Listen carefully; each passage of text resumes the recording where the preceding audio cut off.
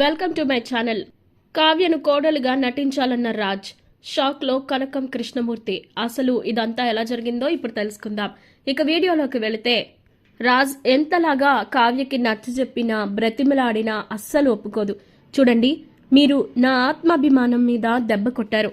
అంత ఈజీగా మర్చిపోయి ఇప్పుడు మీరు వచ్చి ఇంటికొచ్చి పిలవంగానే ఇక మీతో పాటు వెనకాల ఎలా వచ్చేస్తాననుకుంటున్నారు?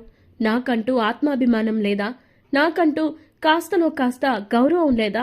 మీరిలాగా నన్ను మోసం చేసి బాధ పెట్టి ఇంకా అనకూడని మాటలన్నీ అని ఇప్పుడు ఇలాగా ఎలా మాట్లాడతారండి మీరు?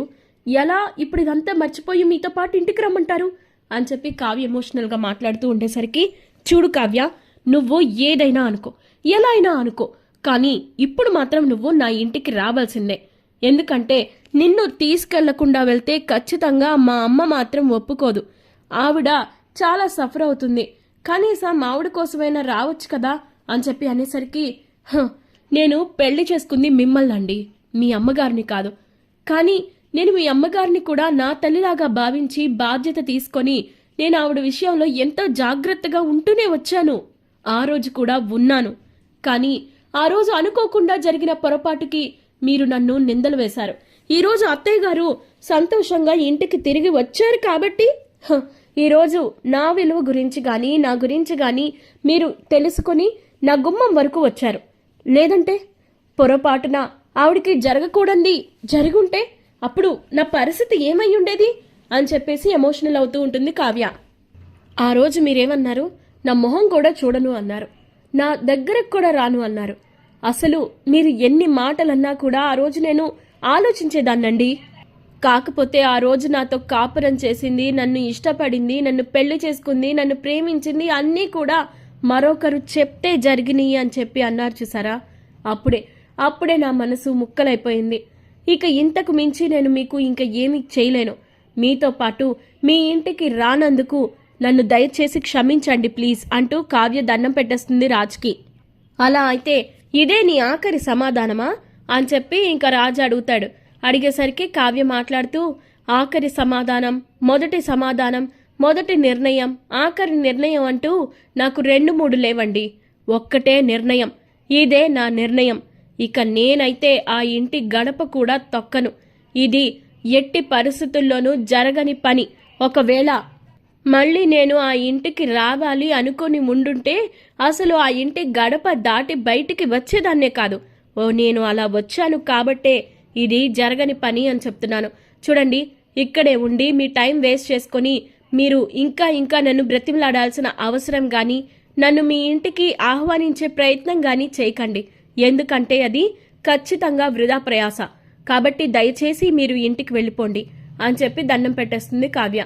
ఇక ఆ మాటకి రాజ్కి చాలా కోపం వచ్చి, ఇచ్చి దీనిలాంటి దాన్ని నేను బ్రతిమలాడేదేంటి, అసలు నాకేం అవసరం, నేను అనుకుంటే ఏదైనా చేయగలను అని చెప్పేసి ఇంక వెళ్ళిపోతాడు. వెళ్ళిపోయిన తర్వాత ఇక కారులో కూర్చుంటాడు. ఇక కావ్య కూడా కోపం వచ్చి ఇంకా బొమ్మలు రంగులు వేస్తూ ఇంక లోపలికి వెళ్ళిపోయిద్ది. లోపలికి వెళ్ళిపోయి ఏడుస్తూ కొంచెం ఎమోషనల్ అవుతూ ఉంటే కనకం వచ్చి తిట్టిద్ది. అసలు నువ్వేం చేస్తున్నావు, నీకేమైనా అర్థమవుతుందా? అల్లుడు గారు ఇంటికి వచ్చి మరి అంతలా బ్రతిమలాడి పిలుస్తుంటే వెళ్లకుండా ఇంకా ఎందుకే అలా మొండిదానిలాగా బిహేవ్ చేస్తున్నావు? ఇది నీ జీవితమే. రేపొద్దున్న ఏదైనా అయ్యకూడంది అయితే అప్పుడు పరిస్థితి ఏంటి చెప్పు? అయినా నీ మొగుడే ఇంట్లోకి రమ్మంటున్నాడు కదా. చూడు కావ్య, మొగుడు పెళ్ళాలన్నాక గొడవలు జరగడం సహజం అమ్మా. అవన్నీ సర్దుకుపోయి ఒకే చోట ఉండాలే తప్ప ఇలా విడివిడిగా ఉండకూడదే. అది ఎదుటి వాళ్ళకు కూడా చులకన ఇచ్చిన వాళ్ళమవుతాం అని చెప్పి అనేసరికి, ఏంటమ్మా నువ్వు నాకు చెప్తున్నావు?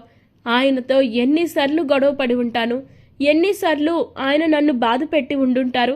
అయినా కూడా నేను ఏ రోజు ఆ ఇంటి గుమ్మం దాటి నేను యువతలకి రాలేదు కదమ్మా.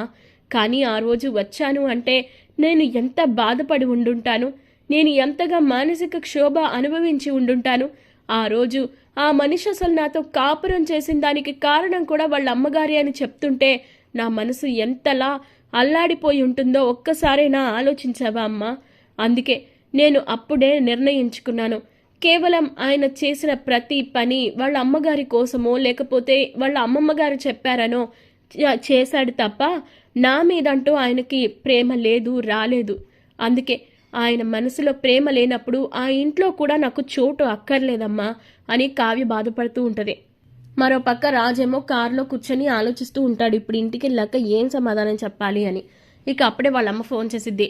రాజ్, కావ్య ఏమందిరా, రావడానికి ఒప్పుకుందా, నీతో పాటు ఇంటికి తీసుకొస్తున్నావా అని చెప్పేసి అలా అంటూ ఉండేసరికి, లేదు ఇంకా లేదమ్మా అని అంటే, ఏంట్రా నువ్వు అనేది, కావ్య ఇంటికి రాకపోతే నేను మందులు కూడా వేసుకోను, చెప్తున్నాను ఇదే నీకు, నువ్వు ఏం చేస్తావో ఎలా చేస్తావో నాకు తెలీదు, కానీ ఖచ్చితంగా మాత్రం నాకు ఇంటికి కావ్య వచ్చి తీరాల్సిందేరా అని చెప్పి గట్టిగా చెప్పేసరికి, అమ్మా నువ్వు అలాంటి పిచ్చి డెసిషన్స్ తీసుకోకు, ఆవిడ గారి కాళ్ళు పట్టుకునైనా సరే ఇంటికి రప్పిస్తానని చెప్పాను కదా, అదే ప్రయత్నం మీద ఉన్నాను, కానివ్వండి అని చెప్పేసి ఇంకా రాజేమో ఇరిటేట్ అవుతూ ఉంటాడు.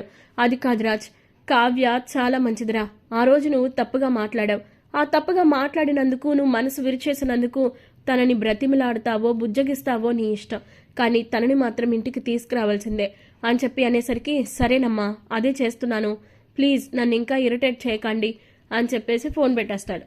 ఫోన్ పెట్టేసి ఈ రాక్షసిని ఎలా భరించాలి, ఇప్పుడు దాన్ని ఎలా ఒప్పించాలి అని చెప్పి ఇంకా రాజు అయితే తనలో తానే ఆలోచించి ఒక ఆలోచనతో, ఎస్ ఇదే మంచి ఐడియా, ఇప్పుడు ఆ కావ్య ఎందుకు రాదో ఎలా రాదో చూస్తాను అని చెప్పి ఇంకా కావ్య దగ్గరికి అయితే లోపలికి వెళ్తాడు రాజ్. ఇక అలా ఎమోషనల్ అవుతున్న కావ్య దగ్గరికి మళ్ళీ రాజు వస్తాడు. ఇదేంటి అల్లుడు గారు మళ్ళీ వచ్చారు, పాపం ఆయన అంతలా దిగివచ్చి వస్తుంటే ఇదేమో మాట వినట్లేదేంటయ్యా అని చెప్పి కనకం కృష్ణమూర్తి అనుకుంటూ ఉంటారు. ఇక ఆ తర్వాత కావ్యేమో, ఎందుకు వచ్చారు మళ్ళీ, ఎందుకు ఇన్నిసార్లు విసిగిస్తున్నారు నన్ను అనంటే, చూడు ఇప్పుడు నేను నీకు ఇవ్వబోయే ఆఫర్ అలాంటిది ఇలాంటిది కాదు, కానీ విని ఎరుగని రీతిలో ఉండబోతోంది. ఇప్పటి వరకు ప్రపంచంలో ఏ భార్య ఏ భర్తకి, అలాగే ఏ భర్త ఏ భార్యకి ఇవ్వని బంపర్ ఆఫర్ అనంటే, ముందు అదేంటో చెప్పండి అని చెప్పి కావ్య అంటది. కావ్య అనేసరికి, నువ్వు నా ఇంటికొచ్చి నాకు భార్యగా ఆ ఇంటికి కోడలిగా నటించడానికి నువ్వు ఎంత తీసుకుంటావో చెప్పు అని జేబులో నుంచి ఇంకా చెక్ బుక్ పెన్ను తీసి ఇంకా వెయిట్ చేస్తూ ఉంటాడు. దాంతో ఈ మాట విన్న కావ్య ఒక్కసారిగా షాక్ అయిపోతుంది.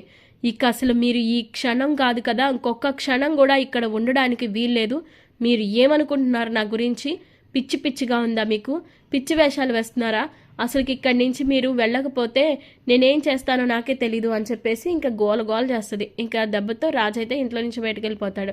ఇదంతా చూసిన కనకం కృష్ణమూర్తి ఇంకా షాక్లో ఉండిపోతారు. ఇక రాబోయే కథలో ఖచ్చితంగా ఇలా జరగాలనుకుంటే, అలాగే రాజ్ కావ్యని ఇద్దరు కూడా కలవాలని కోరుకుని వాళ్ళ ఇంటికి కావ్య వెళ్ళాలి అనుకునే వాళ్ళు ఖచ్చితంగా ఒక చిన్న లైక్ చేయండి. మరిన్ని ఇలాంటి ఇంట్రెస్టింగ్ అప్డేట్స్ కోసం subscribe to our channel. Thank you.